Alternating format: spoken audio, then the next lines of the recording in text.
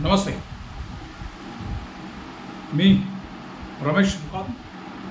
आज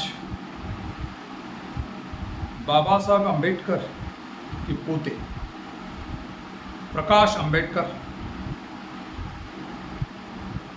के बारे में बोलने का प्रयास करूंगा. आपको वीडियो अच्छा लगा तो लाइक करके फॉरवर्ड करो और सब्सक्राइब करो.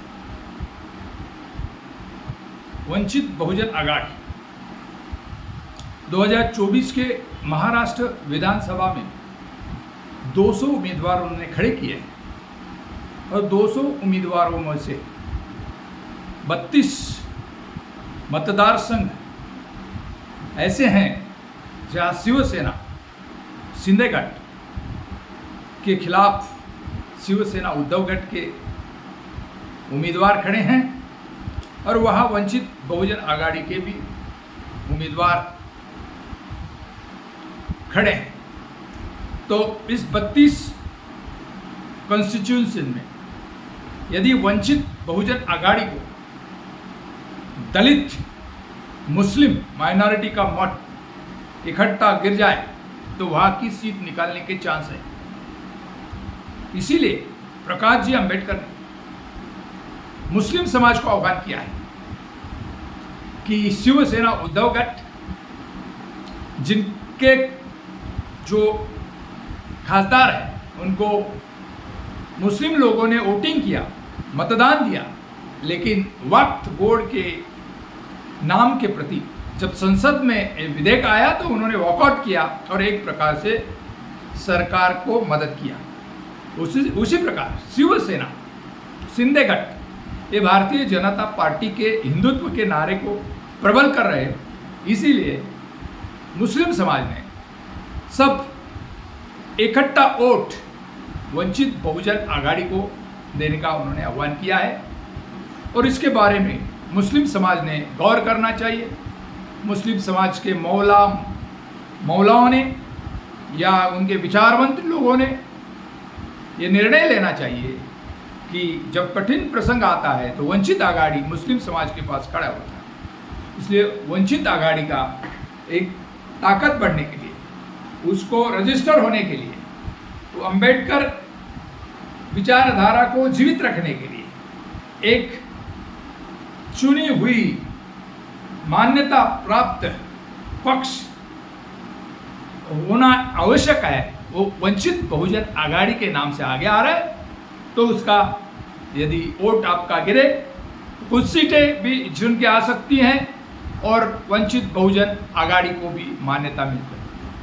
उसी प्रकार अंबेडकरवादी जो लोग हैं, अंबेडकरी विचारधारा के लोग हैं, जो बौद्धिस्ट है, जो बैकवर्ड क्लास है, शेड्यूल्ड ट्राइब्स है, जो मागास करके बैकवर्ड लोग करके जो सहूलत हासिल कर रहे हैं, वो लोगों ने भी अपना बहुमूल्य वोट वंचित बहुजन आघाड़ी को देके, वंचित आघाड़ी जो प्रकाश आंबेडकर साहब 200 सीट खड़े करके आगे चला रहा है, उसको मान्यता प्राप्त होने के लिए, उसको रजिस्टर्ड पार्टी राज्य स्तरीय होने के लिए आपकी वोट की जरूरत है. तो सब अंबेडकरी लोग, बैकवर्ड लोग, उन्होंने देखी, वही सभी लोग वंचित आघाड़ी को अपना एक बहुमूल्य वोट देके उनको चुनाव में जिताए. देखो, ये पहली ऐसी चांस है, ये पहला मौका है जहां यहाँ दो आघाड़ी, महाविकास आघाड़ी जिनमें कांग्रेस है, शरद चंद्र पवार की एनसीपी है, उद्धव ठाकरे की सेना है, उसी प्रकार महायुति जिनमें भारतीय जनता पार्टी है, शिंदे की सेना है और अजित दादा की एनसीपी है. ये दो बड़े उच्च वर्गीय लोगों की पार्टी है जो हिंदुत्व के नारे का सपोर्ट करती है.